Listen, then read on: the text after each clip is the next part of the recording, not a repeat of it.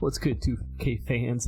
Welcome back to the channel. Today we're going to be diving in to some of the exciting details that emerged from the recent NBA 2K Community Day held in New York, from the MyPlayer Builder changes to badge upgrades, revamped Perk system, and more. I've got the scoop, so let's jump right in. And just a few days ago, some of your favorite content creators such as Joe Knows, Duke, Davis, Grinding, Cole the Man, Shakedown all got the incredible opportunity to test out NBA 2K24 for the very first time. They got their hands on the new builder. They got their chance to play some quick play, the Mamba moments, different things like that at the Community Day event in New York. And obviously one of the most exciting aspects was the chance to explore the new revamped MyPlayer Builder. But, you know, we've got more than just stories, so here's an exclusive sneak peek at what that MyPlayer Builder will look like. Now, we didn't get a full build breakdown or anything like that, but as you can see here, from the one screenshot that we have so far, it's a 6'4" shooting guard, and the MyPlayer Builder layout might feel similar, you know, if you've been looking at NBA 2K23 and playing the game, you know, whatever. But let me tell you, it looks like things have taken kind of a little bit of a turn, and in the upper right corner caught my attention immediately. As you can see, to unlock the coveted Hall of Fame Clamps badge, you're going to need a 99 perimeter defense. And what I'm thinking is that indicates is that in NBA 2K24, it's going to require a higher attribute threshold for Hall of Fame badges compared to NBA 2K23.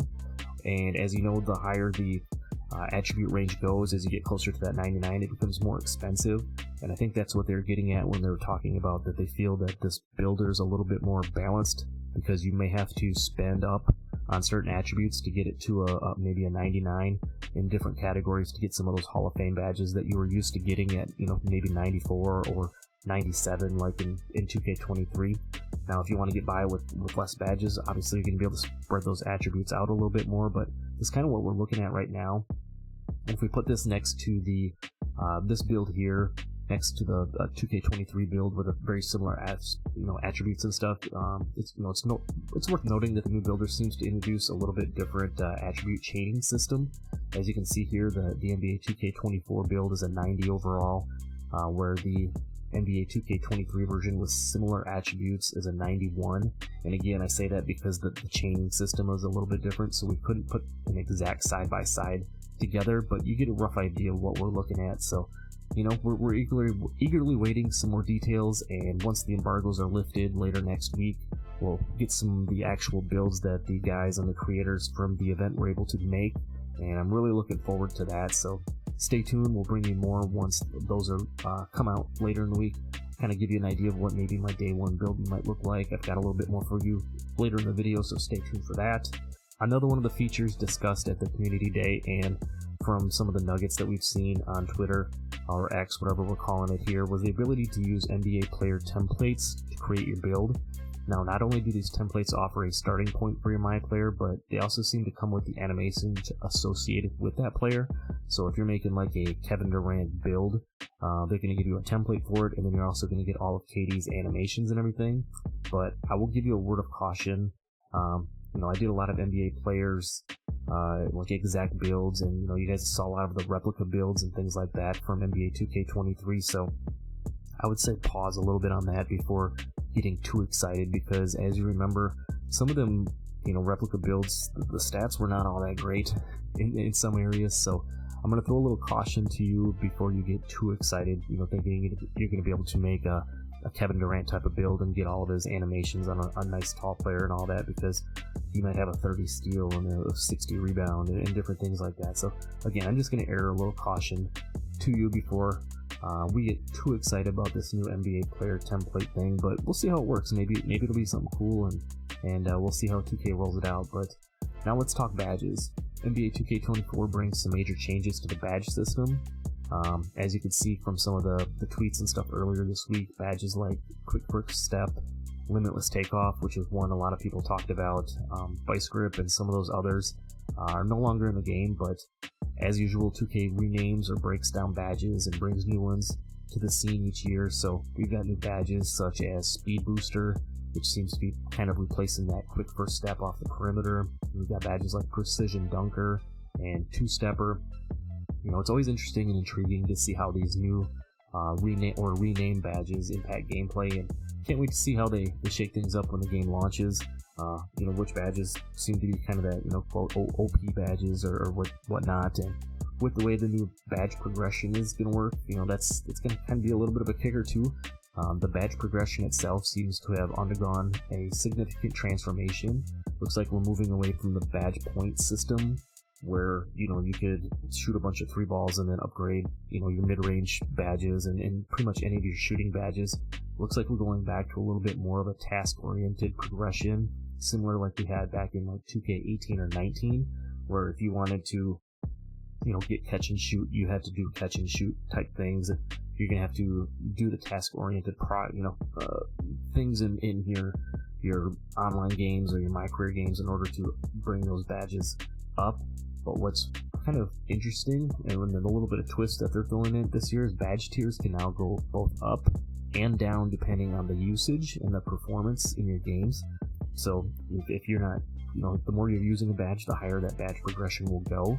And then if you're not, doing well in games or you're losing, it looks like your badges could actually go down, which is kind of interesting.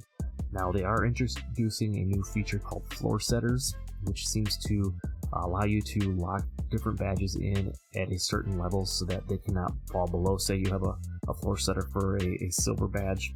If you have that badge at gold, and for whatever reason your badge progression starts going down, it will not go any lower than like that silver progression level that you have it at. So that's kind of a whole new dynamic and a little twist that they've thrown into it. And again, I'm kind of excited to see how it affects the gameplay strategies and just overall how 2K executes that. But it's kind of interesting. So if you're playing well, you're gonna, obviously your attributes and your badges and stuff are gonna go up. If you're not, it's gonna go down. So it really makes sense if you ask me. But another thing that they talked about was the perks have undergone a little bit of a makeover. It looks like some of the perks like we had last year, like Accelerator and some of those other ones, have been replaced with a different type of a perk system. And what's even more intriguing to me is that there's a different set of like perks that cater to different game modes, like your My Career. There's one for Rec, one for the City or Park, and then for Pro-Am as well. So just as I keep saying, the presentation is key here, and we're hoping the new system adds an extra layer of excitement to it, and we'll see how this, works out, especially like when you're playing Rec or Park, solo or with randoms, how the gameplay, flows and how things are affected by, doing that. Or you have to be more team oriented and teammate grade going into, the way the stuff works out. But again, I keep saying it, but it's always true every year. It's how 2K presents it and how everything is executed, and we won't know that till we get into the game a little bit and people get a chance to earn their badges and upgrade their players and different things like that. But as always, we're excited for the new 2K to drop. We'll eagerly be awaiting more information.